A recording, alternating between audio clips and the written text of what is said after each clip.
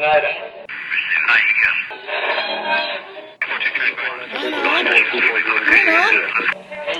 is that you? There, I think I got it.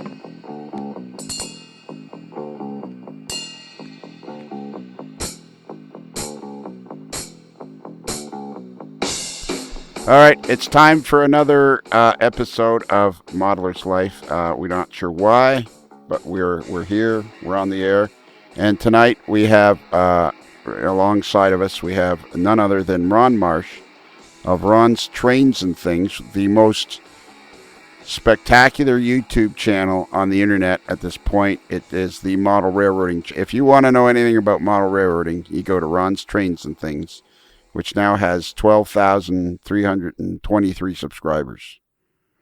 I haven't checked it for 10 minutes, so it could even be more than that. And then, only slightly more than you did before. That's yeah. Yeah, and then you start, how long has your channel been going? It's a little over 18 months, 20 months, something like that. Not now, quite 2 years. Yeah, now I'm quite happy to admit that I started the podcast because I love the sound of my own voice. Can't really stand to look at myself. So why did you start the YouTube channel? You want the real reason or the reason I tell everybody? Give me the real reason and then give me the fake one. The real reason was because I really wanted to connect with people in the hobby, and I've always been kind of geographically isolated and didn't have the opportunity to do that very much. And then the reason I tell everybody is because I wanted to compete with Ken Patterson. Oh, yeah, the dude. That's right, the dude. The dude. Yeah. Well, then you're in stiff competition there, although I think you got like double the number of subscribers he has. Well, we're both Missouri boys, but he's got all that model railroad hobbyist following. So yes, you gotta kind of count. That's right. He has a big following on model railroads hobbyists. But we're keeping it in Missouri. We're keeping it in the state here between Ken and I. And you're actively involved with the Model Railroad Academy. That's true. I make some videos for them. I've made one class, and I'm doing some live streams for them. I do a Facebook Live once a month, and also a live show for their gold premium subscribers. About once a quarter, do a little tutorial live stream for them too. So, and do you think there's any possibility that there'd ever be like a walk-on part for me and Ron's Trains and Things? Well, that might be a possibility, but it's a long walk to Missouri, and Yeah, but I could do planes actually fly into Kansas City? They fly into Kansas City. They do indeed. All right. Maybe actually, my friend Tony Cook lives in... That's right. Yeah. Tony Cook lives in Kansas City, and he's probably pretty close to the airport. And yeah. If you got that far, I'd actually come pick you up. All right. Tony, that's just the kind of guy I am. Yeah. Yeah. That's the kind of guy you are. Slightly overweight, middle-aged guy, just like me. Right. Exactly. All right.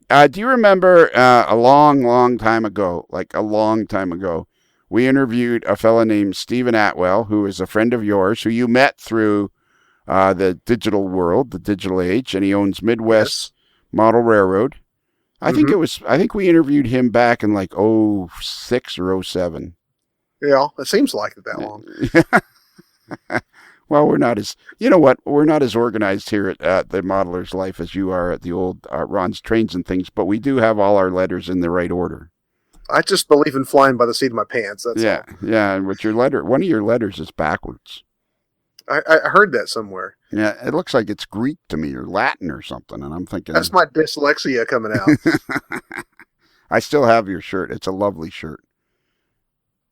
Folded neatly in the drawer, right? Actually, I have one. Actually, I didn't mind that shirt. I have some other photos with me wearing that shirt. I should send them to you. And cool. You could pin them to the wall, or you could put them in the background when you're making a video. There you go. All right. So anyways, we talked to Stephen Atwell a long time ago, and now we're going to do the Kelly questions with him, which of course are that series of hard-hitting questions to find out what the person is really like. Right. So, Stephen, if you could come out of the green room now. Oh, Stephen. Lionel, this is the first time I've ever seen brown celery. Brown celery. Well, get used to it. That's the best we can afford. And be careful where you sit. There's a couch there. You can sit on the couch, but be careful where you sit because one end we're not sure what happened there. Somebody McGurked on it or something. I'll stick to this end. Yeah. All right. So, Stephen, you and your father own Midwest Model Railroad, which is an online business, a very successful online business. So the last time we talked to you was quite some time ago, and it's now even grown even more since then. Yes, it has. Yeah, and it's a nice steady pace. Yeah, and I know what I was going to ask you during your interview. So do you pretty much ship all over the world? We do ship all over the world. International shipping is a bit expensive for most people, so it's got to be, generally they'll try to put together a decent size order that they can get a little bit of a discount on shipping. But we've shipped single bottles of paint to the UK and Australia, and we've shipped detail parts to Australia, where unfortunately what shipping is, it's $20 to ship a $3 detail part. That's why people try to put together a bit of a cart before they do it. I've sent T-shirts to Australia, and I actually believe Australia is floating. It's actually moving constantly because for some reason or other, shipping stuff to Australia seems to cost $1 bazillion. And I think it's hard to hit a moving target. I'm sorry. Go ahead. Hard to hit a moving target. Yeah, that's what I think it is. They think it's a solid mass, but I think it's actually floating, and that's why it's always cost so much to send stuff there. What is the one address? Is there an address that you shipped to once, or your dad shipped to once, where you guys went, "Holy cow"? A place. We have a pretty regular customer from Russia that I was. The first time I saw it, I was like, "Oh, interesting." That's not one that I ever really expected to see. And then it became sort of a regular thing. But every time I see it, still, it always surprises me that we're shipping there. I think the hobby's actually pretty big in Russia. I have no solid statistical evidence to back that up, but I know my young friend Shane, the Young Gun Mason, he's dealt with a fella from Russia when he was buying particular DCC drop-in boards for DCC installs that he was doing. He was getting them from a fella in Russia. I got a funny feeling the hobby is relatively big in Russia. There's a Russian guy who has a YouTube channel. Is that the same guy who literally does DCC installs on his YouTube channel? And I'm not sure if he's in Russia, but I know he's Russian. He's got a Russian accent. Really? I think that might be the same guy. I got a feeling the hobby's pretty big there, but for some reason or other, it just hasn't connected with. But that's another part of where the hobby's going to grow is once all these people start connecting. All right. So, Stephen, we're going to now you've agreed to take part in the Kelly Questions, which is a series of hard-hitting questions about the hobby, and it gives people a chance to find out who you really are. What do you think? I'm ready for this. And, Ron, now you and I will score this, and at the end we'll give them we'll use you've taken the course on how to do the scoring, so we'll do that at the end, and we'll give them a score. It will be absolutely fair and equitable under the accounting auspices of our guest. Exactly. Yeah, there you go. Our friend, I've got my ledger ready. Yeah, yeah. Well, you don't need it because you're not keeping score. All right. First question is, which do you prefer, steam or diesel? Diesel. And any particular diesel? Not really. I actually I enjoy modern diesel more than I enjoy some of the older diesel, but a nice GP38 still is nice to look rolling around the layout. Yeah, and okay, and through Midwest Model Railroad supply, I'm going to say supply. I know that's not part of the name, but you do supply the model railroad in population. Do you notice whether modern sells more or older stuff? Because there's a lot of older stuff on your website, like not older as in manufactured, but older as in RS11s and stuff like that. We try to get a good mix of everything, but it's totally based on demographic. Some of the RS11 stuff is definitely based on an older demographic. It seems that most people buy trains that are based on what was out when they were a child. Yes, I think that's something we can. So it's going to be interesting to see how the hobby changes over the years. What's your favorite prototype railroad? Norfolk Southern. All right. any particular reason, or just it ran through your town, or? No, I had very little association with the Norfolk Southern. I honestly, it became one of my favorites when I started doing research on railroads when I wanted to start building a layout, and I was looking for something that sort of got into the region that I grew up in, which was southeastern Missouri. And Norfolk Southern had coal mines and interesting industries as it chased across Illinois and into Indiana there. Cool. If you were rail fanning, would you prefer to photograph the trains or ride on them? I think I would prefer to ride on them. I took a trip on Amtrak. I took the Southwest Cheap from LA to Kansas City a few years, and the things that you get to see on the train trips, because the trains run through areas of the country that cars just don't touch, and the things that you get to see while you're out in the middle of nowhere is pretty spectacular. I have one fella, I'd call him a friend as well. One fella that we've interviewed, Adam Pinellas. He's a conductor on the California Zephyr from Salt Lake City to Grand Junction, Colorado. He loves it. He loves it. He's a model railroader, and he loves being a conductor. What was your first model train? I think I had a Bachmann Santa Fe F Series standard set, and it was a little 4x8 layout. N scale or HO? HO. What's your favorite model railroad scale? In scale. N scale. True or false? Is S scale dead? What's S scale? There you go. No, I don't think it's dead, but it's a very small community. It's a very small community. I know two guys that are in it. A fellow named Mike Ostertag, who lives in Green Bay, Wisconsin, home of the frozen tundra of Lambeau Field, and Bob Frischella. Those are the only two guys I know that are in it. They claim there's more people in it, but I've never met them. Yeah, I see it at shows occasionally, and it's never really interested me that much because of the detail. The larger you get, the less detail you can put into.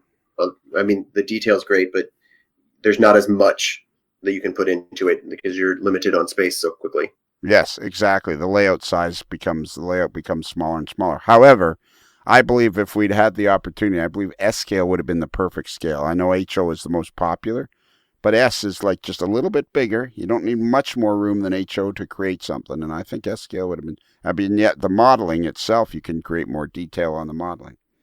That's my own personal opinion. It's not the opinion of this network. Yeah. What's your favorite model railroad?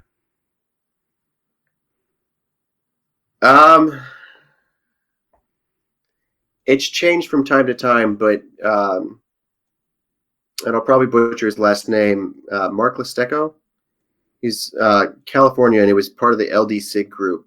And I found his layout through the LD SIG group, and he documented it so well online, and you could follow it so well that I followed very closely through his blog about his railroad. And there's a lot of things about that railroad that has influenced my decisions going forward, about ways he does bench work and ways he deals with grade on the layout that has absolutely influenced me going forward. And so does he still have a website? I think the same website is still up. I always found it through the LD SIG website.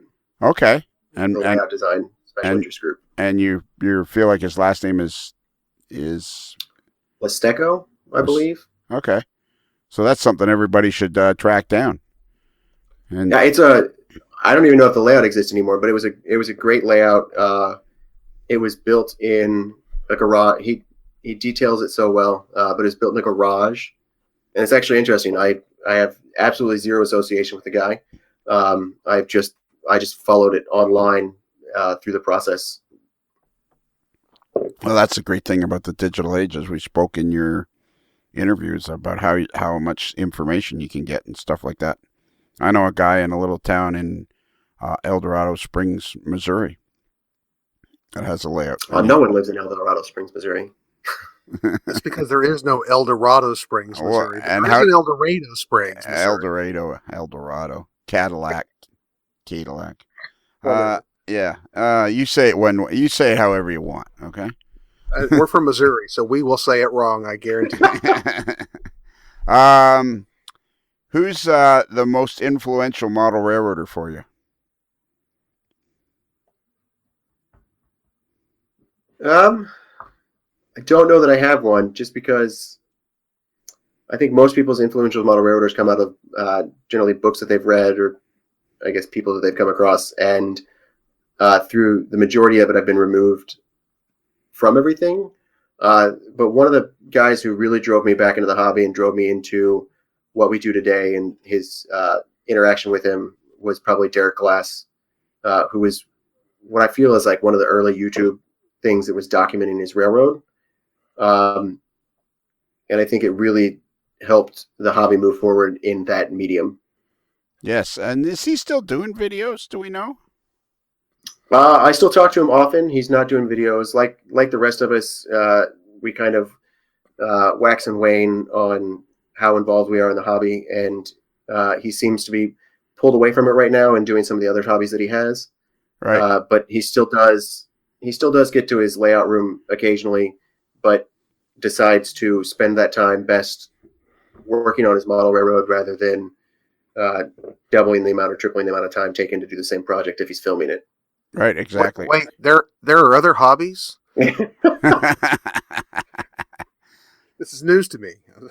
Well, and that's a question I would love. That's another podcast I'd love to have with you, Ron. About you've been very successful with your YouTube channel. Do you feel like you can see a time when it's going to be overwhelming, or do you feel like you've been able to keep up with it? Are you asking me now, or is that another show? That's a whole nother show, but I'm going to give me a short answer. I could definitely see it becoming something that could snowball out of control. Not so much the YouTube channel alone, but the other opportunities that have come along with it. So that's something I'm constantly having to work to balance, because I do still have a very busy full-time job, and one child still at home who's involved in things. So I'm always working at that balance, because it definitely could snowball very easily. You're gonna have to hire that cameraman back we met at the National Train Show. Yeah, I had a good one, but then he left the country. I think he Oh, he's available though. Select one of the following, Steve, as your favorite: bench work, track work, scenery, or electrical. Bench work. Okay. I really enjoyed doing woodworking projects, and you see when you're working on bench work, the progress happens so quickly that I really like seeing the results fall in place so quickly. And good bench work is key. I mean, I could sit on my layout, and it was strong enough to sit on. But good bench work, you don't want to rush through that. I mean, you only have to do it once, but you don't want to rush through it. Yeah, the last layout the layout in Kansas City, my father's layout, we did that one via sort of domino style bench work, where I built all the bench work actually as sections pretty much, and they're on wall brackets, so you couldn't sit on that one, but everything was built nice and sturdy. We could move it around, so yeah, eventually when that one needs to move, it can move. It'll never be in a room that's the exact same dimension, so it can expand easily. And then the last one I built, the layout that's in my New York apartment, the bench work is actually 2-inch extruded aluminum framing. Oh yeah, with 1/2-inch plywood. It's just 2-inch aluminum framing, so it's just the outside boxes. It's in 3 sections. It's two 6-foot sections and 1 2-foot section, and then the plywood's just mounted to the top of that. And is it hard to work with aluminum framing? No, the extruded aluminum is super easy to work with. They have every type of connector you could possibly want. Extruded aluminum is used a lot in industrial settings for like bench work and manufacturing, stuff like that, because it all just locks together, and it is incredibly customizable because it's just the connector pieces can slide anywhere on the track, and then you just tighten them down. Okay. So it's like an erector set, and then I just have it sitting on shelf brackets. And how is it cost wise? It's a little more expensive than wood, but it doesn't warp over time. It doesn't. Yeah. It is a very sound structure. Yeah, it wouldn't warp at all. That would be take that out of it altogether. If you could give somebody starting out in the hobby just one item, and cost was no object, what would it be? A Kato starter set. A Kato starter set. Oh, okay, that's the first time I've ever heard that answer. And Yeah. and you sell those and you're at the Midwest Model Railroad? We do. And why I say Kato starter set is because if you're starting out in the hobby, it gives you a chance to really experiment. And with the Unitrack, you can find out what you like best. You can set up the oval initially, and then you can, I don't like an oval. Maybe I like something switching. You could quickly change it over to switching. You can add a couple switches here or there, and you're never locked into exactly what you start initially. There was an article I read once about a thing called a chainsaw layout, which was talking about new people into the hobby should build their first layout should never be their dream layout. Their first layout should be what he referred to as the chainsaw layout. You put up a smaller layout that you can actually work on for a while. You can learn while you're doing, because you're going to learn while you're doing. You're going to find things that you dislike. You're going to find things you're good at. And then when you feel like you've gotten everything you could get out of that layout, you just take a chainsaw to it and start over. Yeah, I think that's a very good sound advice, is to build a layout that you don't think is going to be your dream layout and learn. And do you sell many of those Kato train sets? We do. We sell a fair number of the sets. We sell a ton of the Kato Unitrack, and I think that's probably people buy the starter set and then over time expand or change their layouts up or whatnot. And the Unitrack is great for that because it just, you can pick it up and go and clip it in and unclip it, and it is incredibly sound. A sound system. It works great. Very few flaws with it, so it's a great thing for people to get started in the hobby. Yeah, because they don't get burnt out when something doesn't work. Yes, and there are a lot of guys that just keep using it too. I mean, they even ballast over it and build pretty sophisticated layouts still using Kato Unitrack. Yeah, and there was a YouTuber years ago. I think it was Ines Train Fan, out of North Carolina. His name's Ben, who had a layout built out of Kato Unitrack, and he ballasted it. It looked great. It was based on, I think, their Salt Lake route plan, which I think Model Railroader covered many years ago. Mm-hmm. Built it, and once you start ballasting it and putting it down, it becomes a little bit more permanent. But you can still, it looks good unballasted. And then if you do want to ballast it, you can still ballast it and make it look even better. Yeah. And they're not, and the Kato train sets aren't overly expensive either. No, and they come with, a Kato locomotive, which is a fantastic choice for a well-operating locomotive. Oh yeah, for somebody wanting to give their kids something for Christmas or something like that, or anybody starting out, it's the way to go. Yeah, it's a great step into the hobby to get something that you can learn on, that you're not going to be fighting. You're not going to be fighting bad pickups. You're not going to be fighting with poor quality track. You don't have to worry about soldering. You can learn soldering as you go along, as you branch into other things. You can just clip the track together and go. That's very cool. And is it Kato or Kato? I think it depends on who you ask, and I don't think anybody's going to tell anybody that they're wrong unless we were in Japan. Well, right now I'm asking you. I call it Kato most of the time. Yeah, me too. Seems easier to say. That's like Phil Monet says his name is Phil Manat, and I think it's Phil Monet, but I don't, we're kind of loggerheads about that. And so, just for example, on that subject, right now, you could, as of the recording of this episode of the Kelly Questions, you could pick up an in-scale Kato starter set at Midwest Model Railroad for the low price of $92.57. Wow. And so, okay, so you said no. I think actually the price is $187.43. You save $92.57. I think you might be correct. But I told you the dyslexia has kicked in. But for a very short time, for a very short offer, if you get to the phones right away, they're waiting to take your call. It's on sale for $92.57.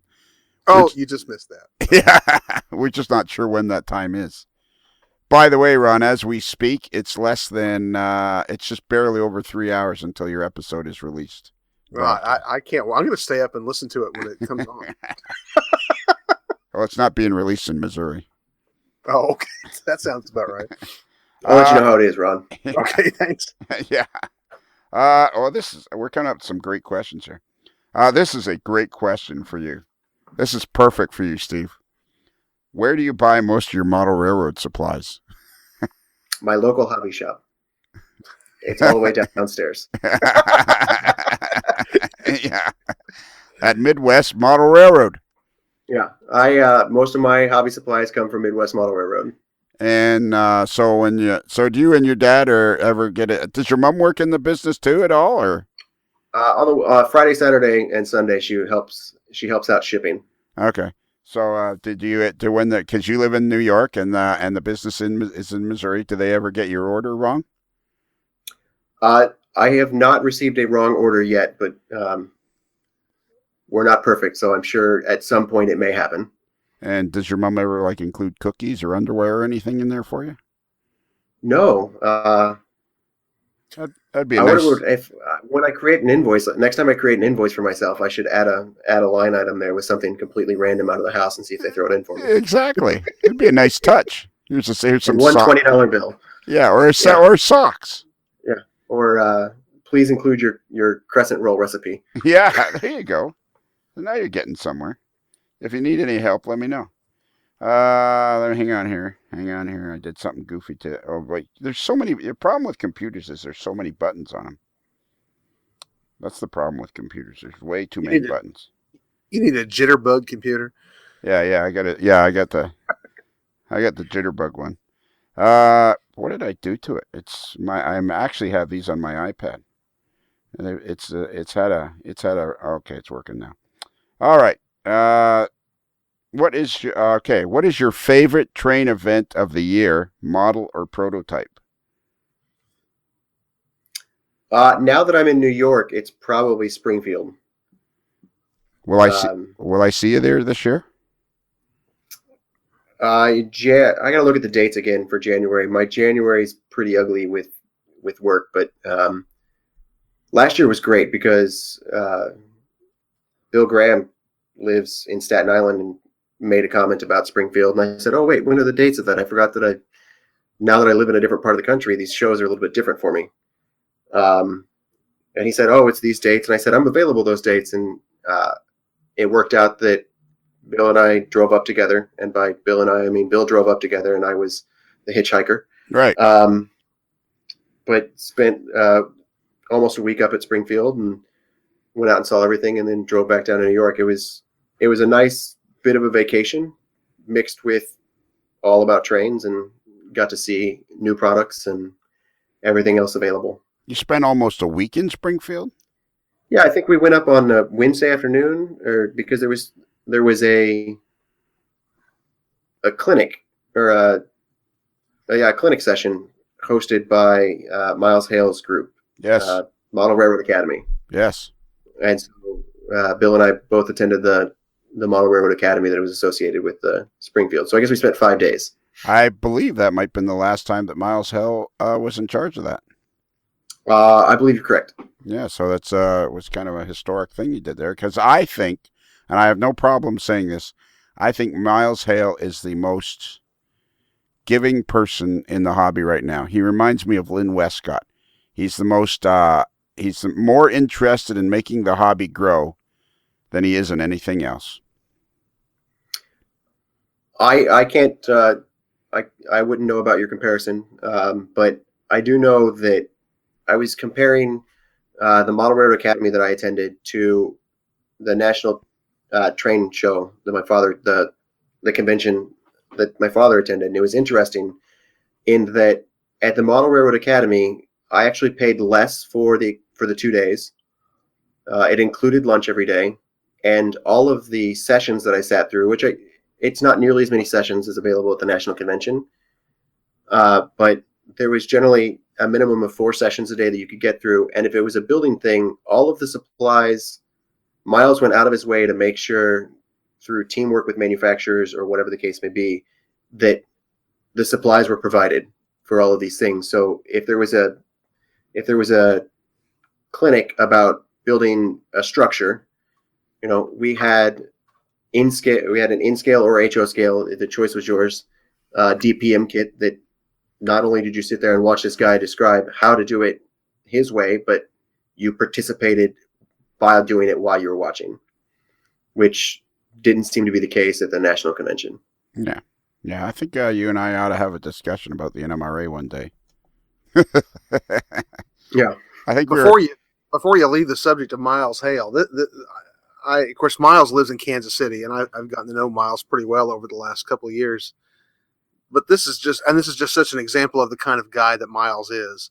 I'd first just kind of gotten acquainted with Miles a little bit as I started the channel, and then I was going to be in the Kansas City area, and so I just sent him. We were Facebook friends. We had never conversed. I just sent him a message and said, "Hey, I live about an hour away. I'm going to be coming through." And he sent a message back immediately and gave me his address and said, "Come on by. I'll give you the tour of the layout." And he was just so welcoming. He had Miles and Fran both, and gave me a tour of the layout and his shop and the stuff he's got in his backyard and all this cool stuff. And well, come to find out, where he lived is like 2 blocks from this school where my son plays, against in basketball. And I told him, this Friday night, my son's got a basketball game just at the school right down the street. And Miles shows up at my son's basketball game. And we've literally met once for half an hour at his house. And then we sat and watched, and we talked about basketball. We talked about model railroading, and we've been really good friends ever since. But that's just the kind of guy he is. He's interested in model railroading, but he's interested in people and in model railroaders, and just wants to invest in people. He's just an awesome, awesome guy. There you go. That's the best term. He wants to invest in people. Yeah. That's a great way of putting it. And when you went to Kansas City, were you coming from your home in El Dorado Springs or El Dorado Springs? El Dorado Springs, yes. Steve, if you were do you prefer regular beer or light beer? Regular beer. Actually, wheat beer. It's regular beer or light beer? Regular beer. Salty or sweet? Salty. Dogs or cats? Dogs. Do you have one? Not in New York. No, my family always had dogs growing up. We had a cat as well at one point, but we always had a dog growing up. Okay. Which do you remember any of their names? We had 2 golden retriever. Well, we had a golden retriever named Lady that was there when I was a kid. They have another golden retriever now named Jackson, and then we had multiple cats, but the one that lasted the majority of our childhood's name was Luke. Multiple cats, but the one that lasted them. I'm kind of afraid to ask them what they were doing with those cats. We should tell everybody what it is you do. You are a lighting, is this correct? A lighting director on Broadway? Is that pretty much it? Kind of. I'm a production electrician, is my title most of the time, or head electrician, depending on the show. Oh, really? Okay. Yeah. And... But I'm in charge of the lighting for the show, in charge of the systems associated with that lighting for the show. Right. And you're keeping your eye out for a part for a middle-aged or an older, slightly heavy. Yeah, I'm looking for that bartender role. That squirrely bartender type thing. The squirrely bartender. That's perfect. What's your favorite hot dog condiment? Ketchup. Oh man, we're in trouble now, buddy. Make sure your mic. Show's over. I think the show just ended. Are you over the age of 8? Ketchup on a hot dog? On a hot dog. Oh my goodness. I'm a 2-topping type person on a hot dog. Spicy brown mustard and ketchup. Oh my goodness gracious. I should have mentioned the mustard. Yeah. Well, he said his favorite was ketchup, man. Have you ever been bungee jumping? I have never been bungee jumping. Okay. If you were a beer can, what size would you be? 16. Oh, okay. Like a can in a 16? Yeah. Yeah, I think so. Yeah, a good size one then. How many pairs of shoes do you own? 5 or 6. Okay, you got a pair of running shoes. Running shoes, work blacks, casual shoes, and then dress blacks and dress browns. Wow, he's got 3 pairs of dress, 2 pairs of dress shoes, and then dress work shoes. I don't think I have that many pairs of shoes. Period. How about you? Yeah, Ryan? I gotta wear steel toes at work in some of the venues that I go into. Yeah. Okay, because some of the stars are jumping up and down on your feet. All that heavy equipment coming in and out. Yeah, exactly. Let me see. What is your favorite Bobby Goldsboro song? Who's Bobby Goldsboro? Who's Bobby Goldsboro? You don't know who Bobby Goldsboro is? Nope. He was a huge star. Well, he's more of like a one-hit wonder, actually. and your favorite Bobby Goldsboro song is "Honey," which was huge he won a what is it you win for singing? Let's see. Grammy? Yes, he won a Grammy for "Honey."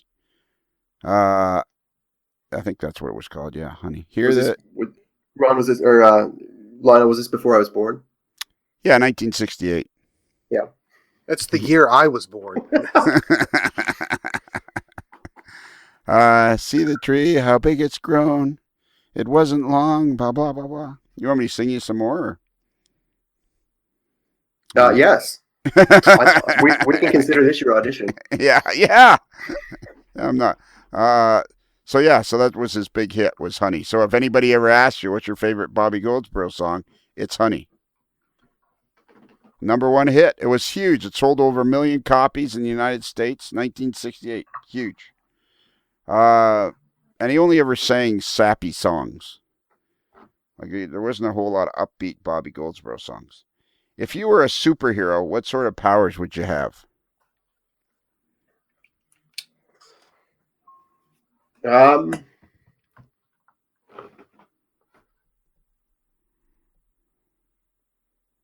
Did you I leave? think something to do with time. Something to do with time travel. Time travel. Is that okay?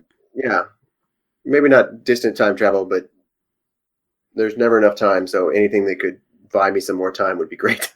Okay, so you'd be like a Rewind Man or something like that. Oh, that'd be great. And what do you think your costume would look like? I would probably have 3 of those little triangles on it. And it would be like a onesie, like a spandex onesie? Oh, it would have to be a onesie, right? No capes. No cape. Oh, okay. I'm kind of picturing you in a light blue spandex one-piece onesie with a gold belt and maybe red. Why do superheroes wear their underwear on the outside of their costume? Well, if it was underneath, you'd get to see all the lines. If you're going to see all the lines already, might as well put it on top. There you go. I think I can end this show. You've answered one of life's very puzzling questions. Have you ever had a brush with the law? Outside of an occasional speeding ticket, no. Okay, but occasionally the local constabulary talk to you about perhaps you've exceeded the speed limit. Yeah, I think that's happened twice. All right. Any idea how fast? Do you remember how fast you were going? One of them was in southeast Missouri, out in the middle of nowhere, and I think I was doing 12 over. It was on a highway, so maybe the speed limit was 70 and I was going 82. Not really sure. Okay. All right. But they didn't arrest you or nothing like that? No. Okay. Have you ever been on TV? I was in the audience of an episode of The Price is Right. I have seen myself on the television. Wow. And then I've seen pictures of me on a TV attending baseball games. Wow. Kansas City Royals games? Yeah, so when I travel, anytime the Royals were anywhere close, I would make sure to get to a game. And then generally, since I go to games so rarely, I would make sure to get good seats, and then I would get text message of a picture of somebody's television with me sitting there in my Royals jersey in a field of, Orioles jerseys or Mets jerseys. Right, exactly. And do you have anybody's number on the back? of your? No, my Royals jersey does not have a name on it. Okay, if you could put a name on it, you any idea who you'd put on it? An ex-Royal, I'd probably put on Mike Moustakas, who left the Royals this year for Milwaukee. Okay. Here's a question. This is an interesting question for a 33-year-old. My son, or 34-year-old. My son and I have this discussion a lot. I'm 64. I'm a huge Toronto Maple Leaf fan, and there's the team is very young, and there's a lot of stars on it. And I have a problem with a guy, say he's 55 or older or over 50, and he has a jersey with a 21-year-old's name on the back. Like I have jerseys where it's like guys from the 70s and 80s. That's the numbers and names I have on the back. I find it a little disturbing that a guy that says 55 has a number and the name of a guy that's like 21 on it, and he's wearing his jersey. Unless it's his dad or his uncle or some sort of relative. What if he just moved to Toronto? Yeah. What if he's a new Maple Leaf fan?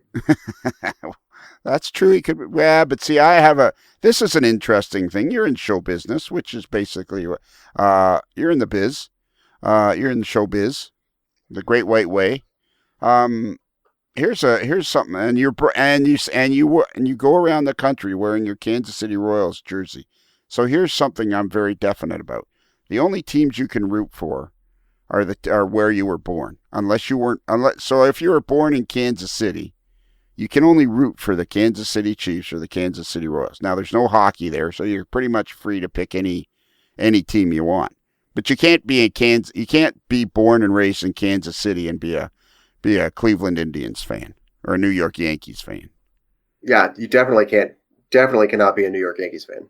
And if you are, you need to move. Yeah. Yeah. I tell you, one of my biggest annoyances living here. And of course, I haven't lived here all my life, but I grew up here. I've lived here most of my life around the Kansas City area. So I've always been a Royals fan and a Chiefs fan. And anybody who knows anything about the Chiefs knows the biggest rivals historically for the Chiefs have always been the Denver Broncos and the Raiders.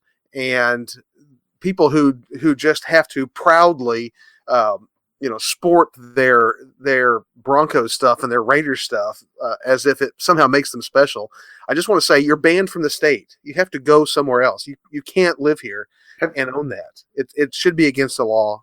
It should be a prison term involved. Yes, there's exactly. a commercial out right now that I always see it during the Chiefs games, but maybe it's that way for every market. The only games I'm in New York, I only get to see like 3 Chiefs games a year right now. But yeah, there was a commercial recently where it's probably for NFL Shop or something along those lines, but it's a family taking a family portrait, and it's all Kansas City Chiefs stuff. And then there's the guy with one the Oakland Raiders, brother-in-law, the guy in full Oakland Raiders gear. Yeah, they play it here every game at least 3 times. Yeah, it's a perfect commentary, And what do? They take the picture and cut him out. Yeah. See, like my point is, if they were born in Denver or they're born in Oakland and they move to Kansas City for work or life takes them there, then they can be Denver Bronco fans and Oakland Raider fans. I get that. I lived in Dallas for 6 years, Dallas-Fort Worth area. And, of course, everybody down there, they're cowboy nuts. And that was in the days when they were in the process of winning like 4 Super Bowls. And I always wore my Kansas City stuff, and people always made fun of me. But I was proud of it because I'm from Kansas City. Exactly. If you're from somewhere else, I totally get that. But these people that grew up here, my God, you're from here. What are you doing? What? Yeah. What are you doing? You just as well start wearing some other country's flag. I don't know. Yeah. I don't get it. Well, that's like in Toronto. I go to a lot of Leaf games, and the Boston will be playing, and these guys will show up with their Boston Bruins jerseys, and I'll be like, I can't stand it anymore. Now I get to be the old miserable guy, and I just go, "Are you from Boston? No. Have you ever been to Boston? Once. Take the jersey off. That's right. Get out of here. Get out of here. You're in Toronto. Your team is the Toronto Maple Leafs. Don't bother me anymore. Who is your best friend, Steve? Who is my best friend? I asked you first. Oh man, a gentleman in the industry by the name of Nathan Meredith. Okay, and in the theater industry or in the theater industry? Okay, Jason Meredith. So Nathan. Jason what? Nathan. Nathan. Yeah. Better give me his name again because I don't think I was even close. Nathan Meredith. All right. What does he do? He is an audio engineer. Okay. So you guys hang out and discuss theater stuff. How'd you meet? You probably met on a show. We met on tour. My third or fourth year on tour was the show that he got onto was his first year on tour. We became quick friends, ended up being roommates for a few years as well. We don't see each other very much anymore because he's on tour and I'm in New York, but you stay in constant contact. We stay in contact, and every time he's in town, he and his wife and I will go out and whatnot. And yeah. All right, cool.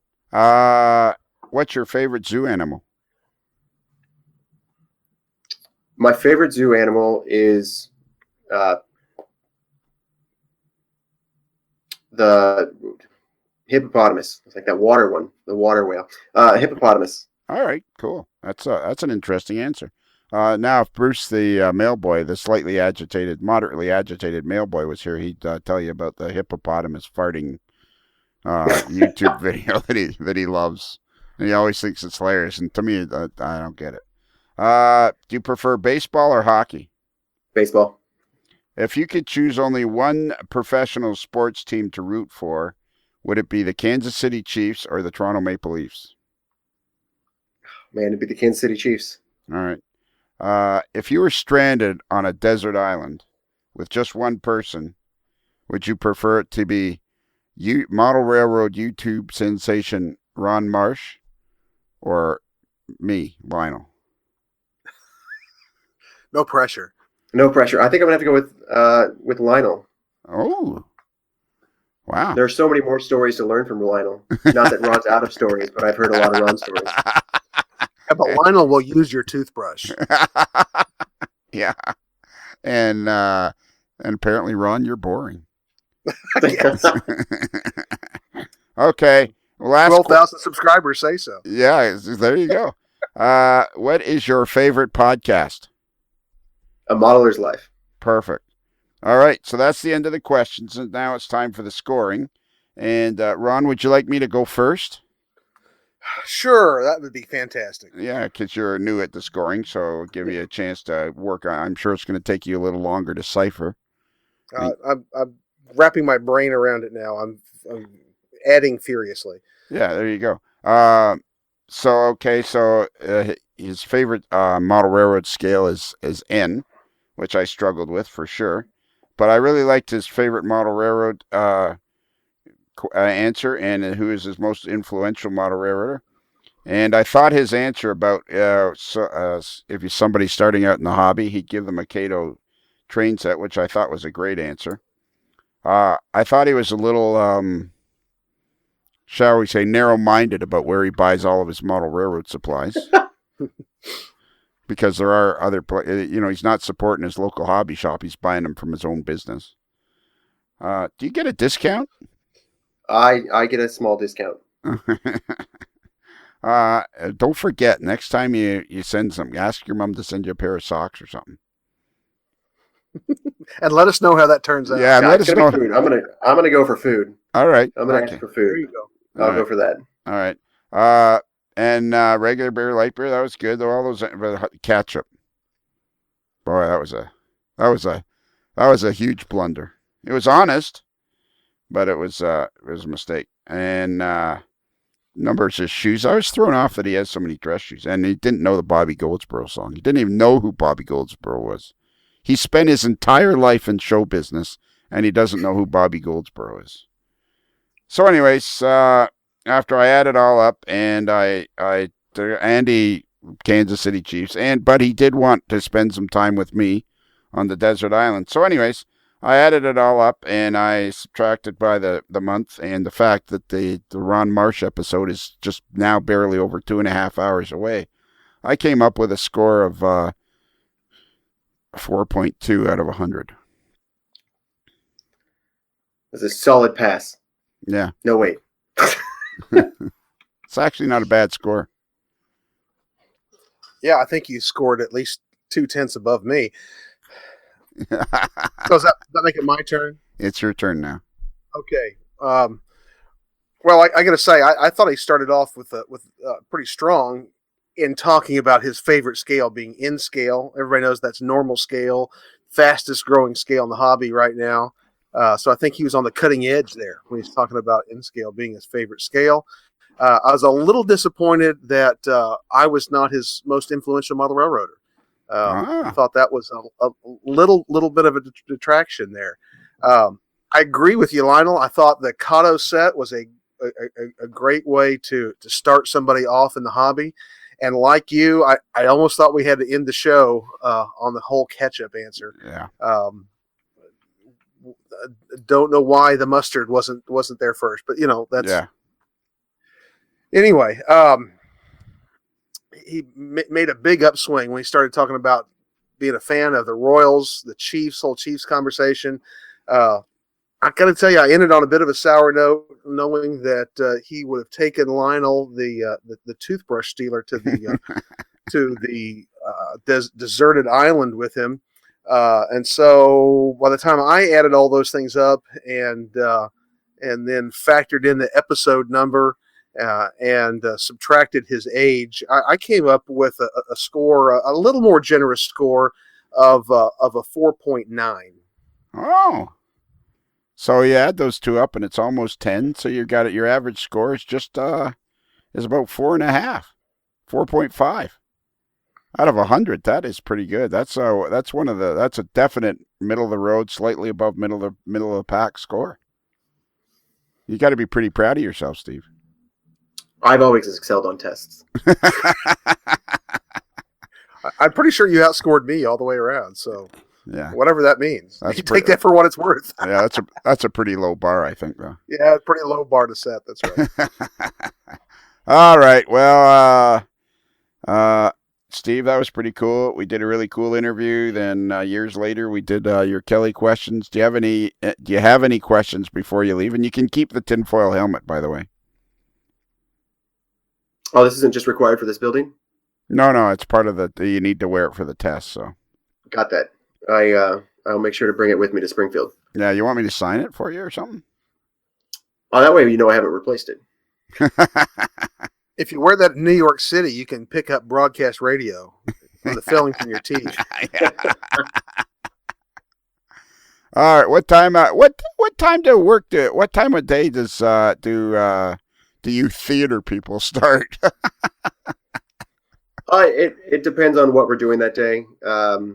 If we're just in show run mode, generally an hour and a half before the show starts. So we go in at 6 o'clock for 7:30. If we're in tech mode, we'll be in at 8 o'clock in the morning. Okay. Tech mode is when you're setting it all up and everything? Yeah. Before the show start, getting all the show pieces and parts in, and then rolling into work calls and actor and rehearsals. That must be that must be an interesting thing to learn how to set up a Broadway show with all the electronics and all that stuff. That must be quite the interesting vocation. There is a lot of bits and pieces, and it's because I'm not from a theater family. There was in my 20s a lot of questions every time when I'd go home about when are you going to get a real job? When are you going to stop going around? When are you going to do something? And then it was probably 4 or 5 years into tour that my father and mother came out to see a show that I was doing in Kansas City. And I invited them backstage, and we walked backstage, and we were looking at all the stuff, and we make it around the stage, and it's everything they've seen during the show. And then we make it over to where the what we call dimmer beach is, where all of our power distribution is for everything that we do. And my father's looking at it, and there's 600 different cables plugging in all over the place, and then just miles of cable running up into the grid. He's like, what is all this? And I was like, oh, this is what they pay me to do. And he was like, I don't understand. Like, how do you know where this plugs in? The same way an engineer knows which random part to use for this or that or that. Like, this is what I'm paid to do. And he eventually looked at it, and he was like, how much power do you use this? And I was like, well, this show is on 3 400 amp services. They're all 3-phase, so we're using 3,600 amps to run the show. And he was just like, wait, that's like enough power for like multiple neighborhoods, because that's part of the industry that he was in when he was working, which was construction. And I was like, yeah, I've never been asked again when I'm at a real job. There you go. That's cool. Well, and I've learned just enough through my daughter that, I mean, once you get into the show itself and how a lot of that works, there's a lot of automation involved there too. And I assume you work in setting some of that up and as well, or yeah, I think the standard joke about electricians is you guys are just button pushers. You just press go, because it's anymore. All of the lights are programmed for cues. So when we all that has to be written and programmed, and yeah, I mean, all of it gets written, programmed, and set up. So the majority of the heavy lifting of our job is definitely getting it all in place. And then we finally kind of get to sit back and relax a little bit and settle into the day-to-day type show run. Yeah. Yeah, man, but it's just a overwhelming job. But great job, Tyler. So if one of the shows if a show you were ever working on Broadway ended up winning a Tony Award, would you be one of those guys that a whole bunch of people run up on stage to accept an award for, I don't know, best production or something like that?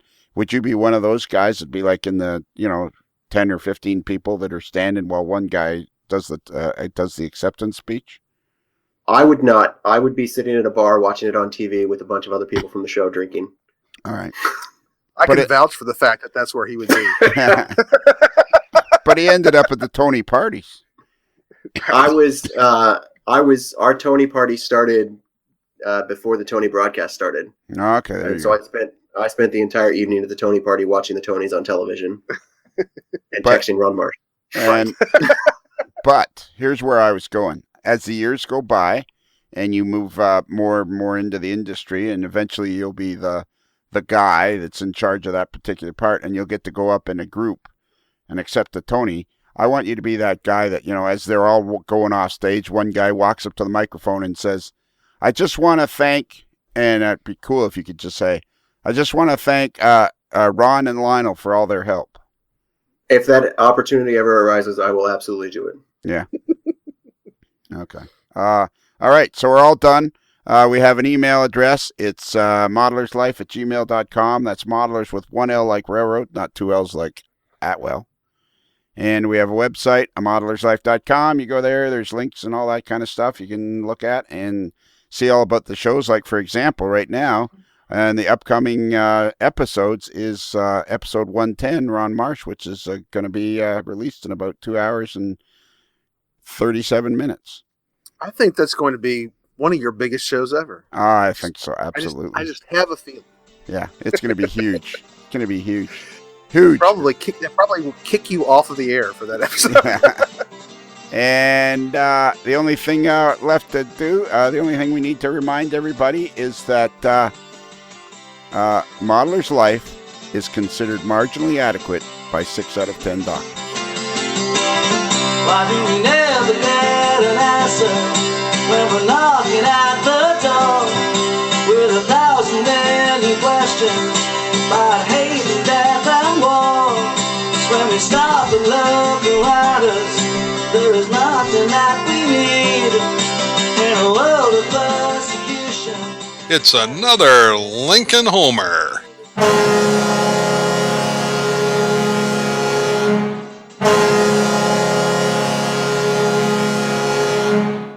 Oh, we forgot to get Ralph on again.